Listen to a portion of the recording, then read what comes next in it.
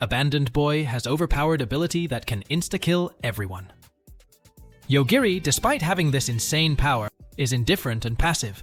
During a field trip, their class has been teleported to another world. Yogiri and his friend Tomochika explore this new realm, hoping to find a way back home. The series begins with a child with a bizarre highlight on his hair, Yogiri, searching for Asaka in some kind of research facility. He then finds her being held hostage by a girl with a gun. Clueless of what's happening, he says, "Asaka-san, I finally found you." Asaka is surprised to see Yogiri. The girl threatens to kill Asaka if Yogiri moves. However, the girl dies instantly, freeing Asaka. Our MC has this power at his early age? Asaka is so puzzled, and Yogiri, like nothing happened, suggests they go home. Both feel relieved.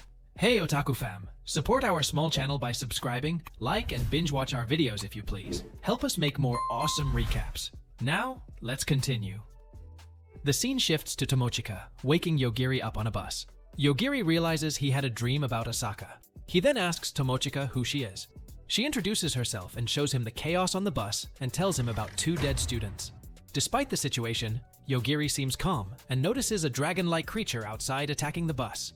He throws a mic at it, making it release the dead student and the bus. He realizes it is a wyvern. The wyvern turns its attention to them, but Yogiri, after being bumped by something soft when the afraid Tomochika hugs him, says something to the attacking wyvern. The wyvern dies. Insta-kill.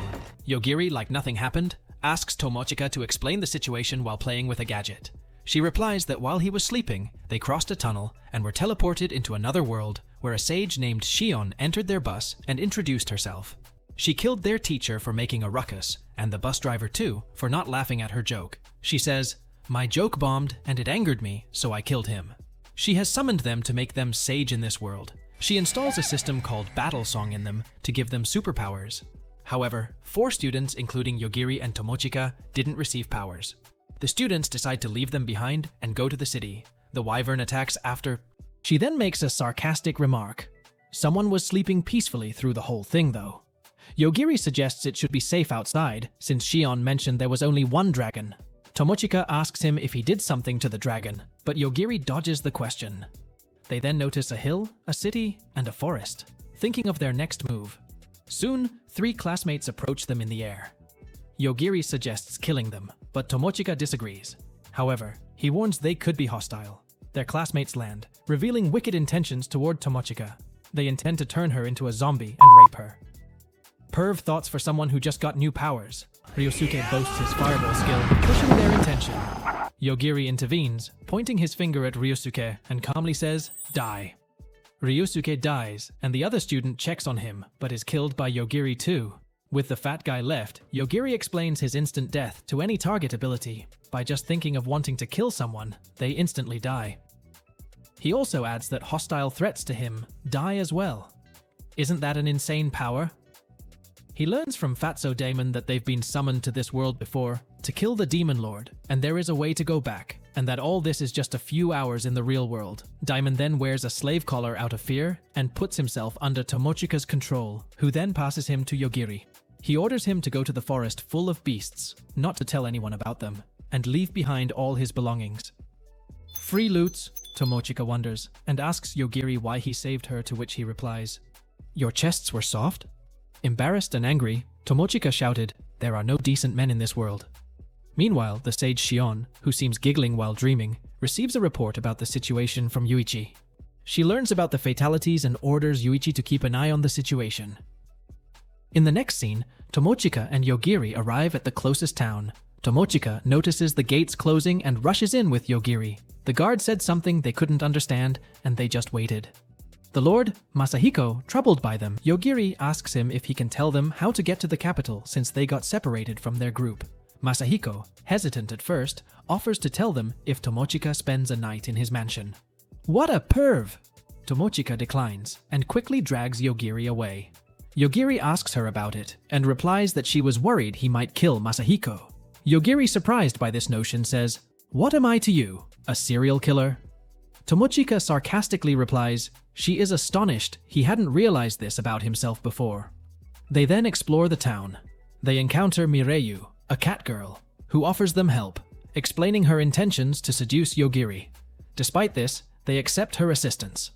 Later, Tomochika shops and acquires new clothes. Suddenly, they find themselves surrounded by hoodlums. Yogiri, unsurprised by it and Mireyu's participation, asks them what they want. The leader explains they target those without gifts, like Yogiri, for stress relief. Yogiri casually threatens to kill them, but they call it a bluff. However, when he commands them to die, they all drop dead. Yogiri even tries to kill them partially, but fails. He is even testing his abilities. Mireyu pleads and attempts to flee, but is killed as well. Town guards then arrive. Captain Edelgard questions them about the incident, and Yogiri claims they got lost and found the hoodlums already dead. Edelgard sees through the lie. Despite this, she lets them go, as Jorge says that they have no gifts. Yogiri asks Jorge for a place to stay for the night. Edelgard calls out Jorge as one of the hoodlums is still alive.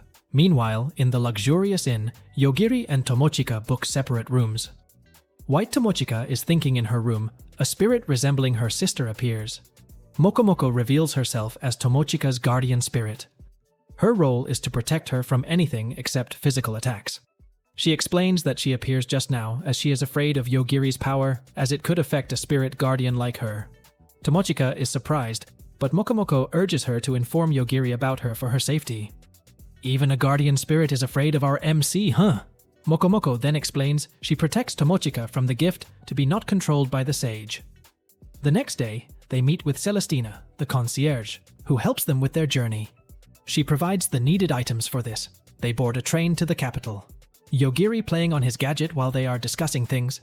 The train gets attacked as they pass through the forest, where their classmates are training. Meanwhile, in town, the guards try to interrogate the captured hoodlum, but face difficulty due to his disorientation.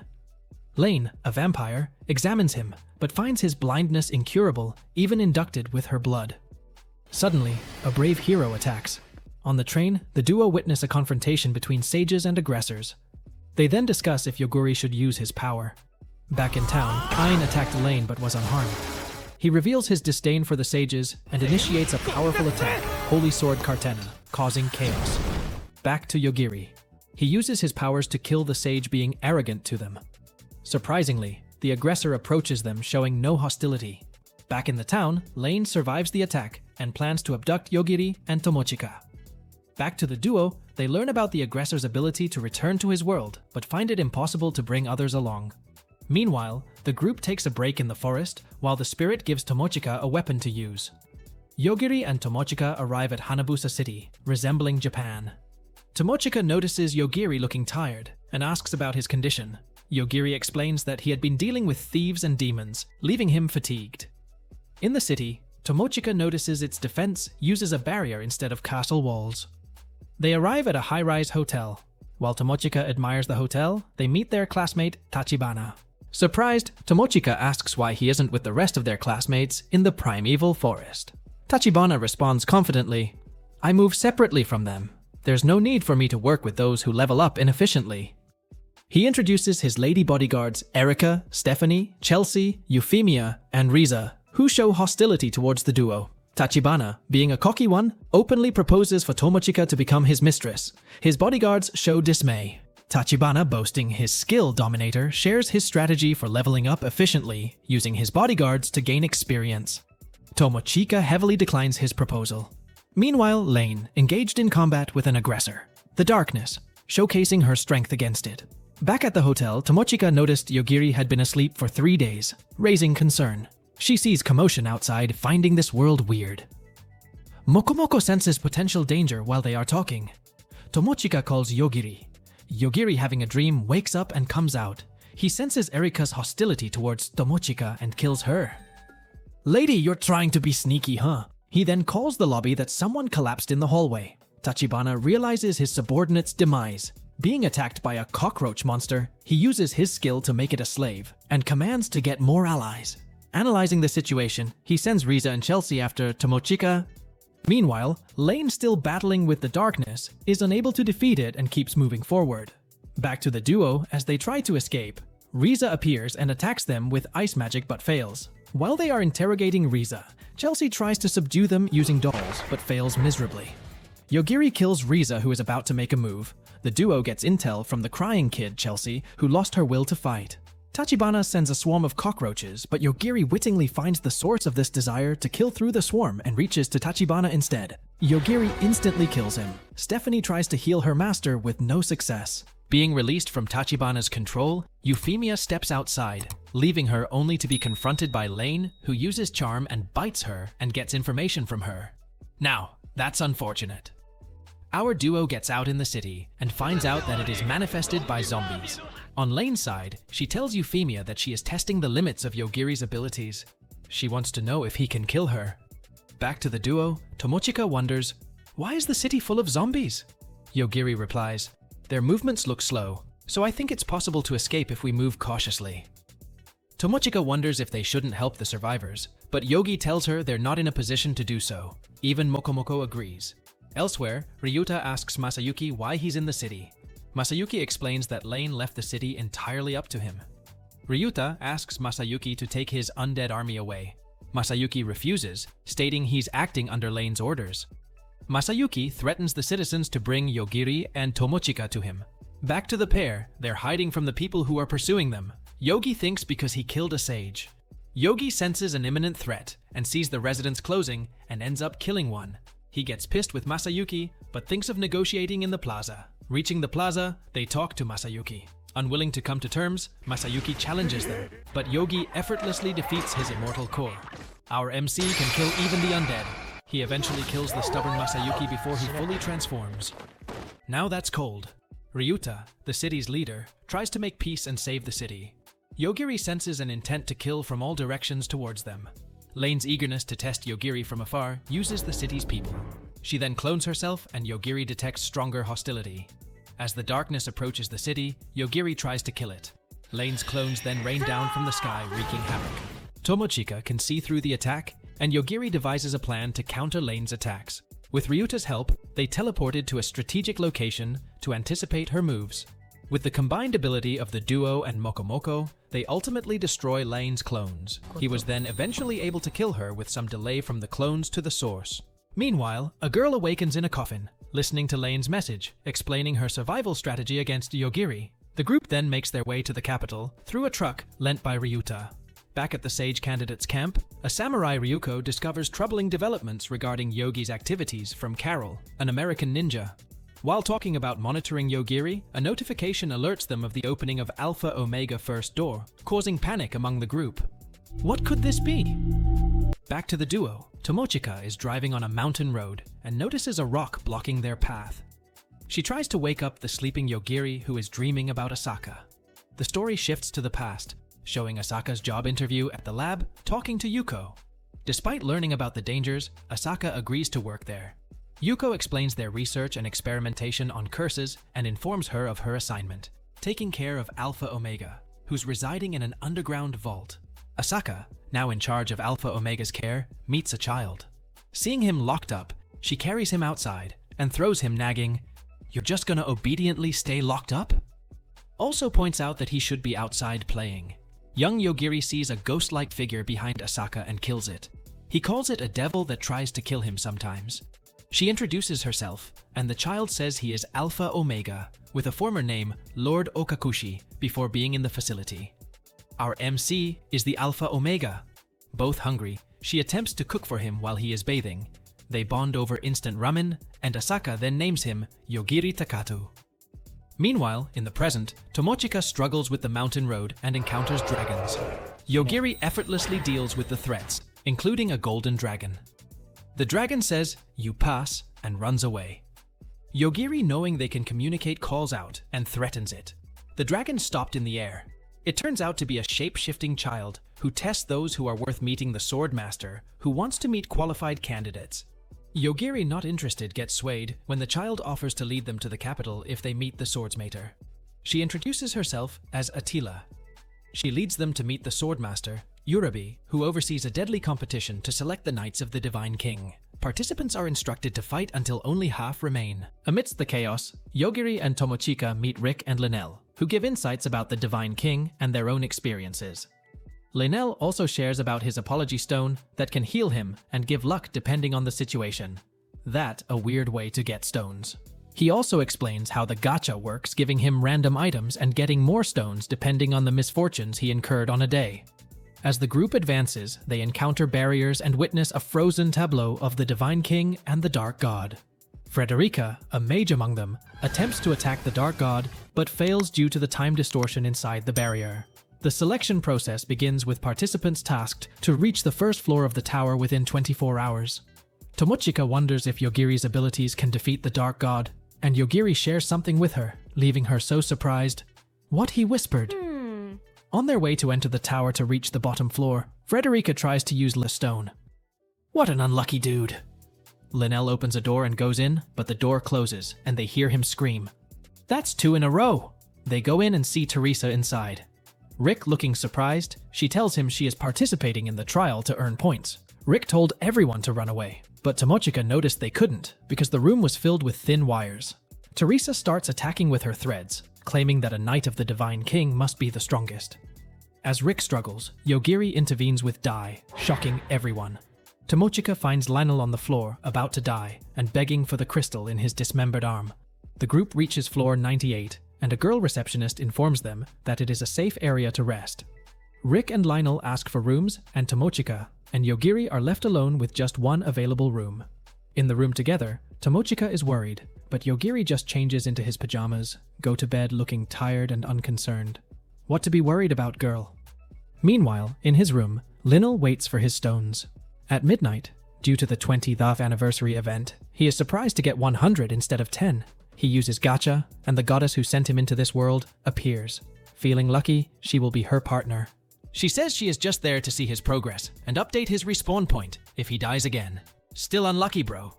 Meanwhile, the Swordmaster wants to know about the trial's progress. The girl worries about the number of dead not matching the number of souls. In another place, Rikuto and Ayo are fighting, cancelling each other's magic. Rikuto tries to use his sword, but Ayo dodges and kills him with a knife. The knife reveals her new mission, to go to Hanabusa and kill Yogiri and Tomochika. On her way, Fatso Diamond comes running and begs to make him her servant. In the duo's room, Tomochika wakes up first, finding Yogiri indulging in his dreams on her chest. Those must be some nice dreams. Mokomoko, stuck halfway through the wall, asks for help. She got sucked on the wall while peeping on the two. Yogiri wakes up and touches the wall to target the absorption and activates his skill, freeing the Mokomoko. He warns Tomochika to be prepared to kill anyone hostile without hesitation. Meanwhile, Aoi is at the canyon and encounters a golden dragon. Fatso is scared for his life. However, she doesn't think a huge dragon can fly. Suddenly, the dragon falls, and she reveals her ability to change events as long as she believes in them. Aggressor Hedgehog slices the dragon's head off and starts absorbing the dragon's intel and leaves. Ayo notices a tower from afar and decides to check it for Yogiri. Fatso refuses, fearing he'll be killed by Yogiri. Meanwhile, the duo makes progress in the tower, killing tricks and riddles. Iglacia, the creator of the tower, suddenly appears and accuses them of cheating. Yogiri tries to negotiate, but ends up killing him and moves on. Cold as ice. Rick reaches 100 points after defeating a random opponent. He finds Linnell and his friend there. Meanwhile, the duo reaches an arena where 2 girls are fighting, and they see Masaki sitting on a throne with 2 girls beside him. Yogiri decides they'll advance quickly since the fight doesn't concern them. When Masaki urges the opponent to get serious, the opponent reveals herself as a half-demon and attacks the rabbit girl. Yogiri asks Masaki to let them pass, but he refuses. Masaki sees this as a chance to watch a 3-on-1 fight. He agrees to let them pass if Yogiri wins. The half-demon worries about the other girl's strength, but the guy reveals the rabbit girl is his weakest apprentice. He orders his girls to kill Yogiri and spare the rest, but they collapse as Yogiri uses his ability. Masaki, lying in making them pass, was killed by Yogiri as well. The half-demon girl asks if Yogiri is the one who killed everyone. He confirms it, and she begs for his help. Tomochika wants to hear her out. My name is Theodisha, and I'm searching for my sister, she says. The white-hair girl requests her plead and tries to join the couple to advance in the tower. Yogiri and Tomochika agree to take her as they are already on the Swordmaster's bad side. Suddenly, Hero Rick, Crybaby Linnell, and hot-headed Frederica arrive and join them. They all go to a hall where the Swordmaster awaits them. He announces 17 passed, and it is the end of level 1. Suddenly, his disciples warn him of the breach in the first barrier, and bang! A huge bright explosion. A boy with wings is flying in the air with incredible miasma, or power that is. The Swordmaster commands them that it is their first task as a Knight of the Divine King to kill that thing if they want to survive, while Yogiri suggests his group to flee and search instead. It would be an inconvenience to show his power here. Okay, it makes sense. The others try to fight the winged boy, but are instantly killed by some unknown power. Frederica conjures super compressed extreme light burst, but it is neutralized by the enemy easily. One more weird-looking guy appears from the back. He introduces themselves as Organe and Lute. Frederica attacks again, but ends up in horror as Lute transforms her staff as well as her arm into sweet. Linnell, out of desperation, uses his ability. Thankfully, he's able to summon the goddess Vahanato. Vahanato promises to take care of things, but in all confusion, Organe is bowing down while Lute is hugging the goddess. She clears up the situation by saying, "By taking care, I mean wiping humanity." What? Meanwhile, our group is stuck in a magical loop of stairs, but after a shriek, the loop is suddenly disabled. Theodosia, sensing her people's magic, rushes towards a room, and in all horror, she sees her people being drained of their magic. Her only relief is that her sister isn't there. She ends their suffering. Yogiri decides to go up to assess the situation. Upstairs, the Swordmaster makes Rick the next Swordmaster if he dies here. Lionel, being a loser as always, tries to be a hero and distracts Vahanato to buy the others some time. Vahanato tells him her scheme since they have a nice relationship, to release her darling from the barrier, Lord Albagarma, the Demon Lord. She sent all sorts of messengers and found out he was sealed away here. However, no matter how much she tried, she could never defeat the Swordmaster. So this time, she used Lionel's bad luck to free him. His bad luck is like a superpower now. As the barrier disappears, Vahanato checks in a magical mirror. In extreme pleasure, she sees the creator of the barrier and even the goddess killer. Both are dead. Guess who killed them? The goddess takes a heart-shaped barrier's core from a portal and destroys it, breaking the barrier. Our heroes also arrive on the scene, and in a very anticlimactic way, the Demon Lord just falls into the stream, showing he is dead. Tomochika scolds Yogiri for killing the Dark God, and Yogiri explains it was on reflex. Really now? Theodosia beheads the Swordmaster and explains she sees her chance. Well, Rick, you got a promotion.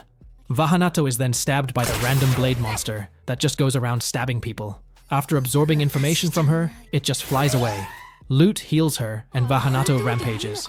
Organe picks up the Dark Lord and thinks of sacrificing the humans to revive him. As all the demons attack the humans, the Divine King protects the lame group. Out-flirtatious MC gets both the girls closer to him, and then kill Organe with all his demons while hiding. He doesn't kill the goddess as she's just a stupid love-struck bird, and bears no hostility towards him. The scene shifts to Aoi and Damon, who are on the way to the tower. Being safe from all the magic because of plot armor, of course. Aoi comes to Rick to ask for Yogiri and tells the dumbass about how he is the Swordmaster now, and to just kill Vahanato with his holy word, Ors. He acts fast and just stabs her, killing her. Aoi tries to find Yogiri, and as soon as she does, she's flabbergasted at how powerful he is. Yogiri is the final destination of all fates. Aoi is scared beyond belief, ditching Damon and scramming away. Yogiri questions Damon about the collar he put on him, scaring him even more. After everything's over, Rick questions Theodosia, and Yogiri intervenes by saying, "If you still want vengeance, I'll help you, Theodosia." Rick respectfully asks Yogiri, "What can you do with your lack of ability?"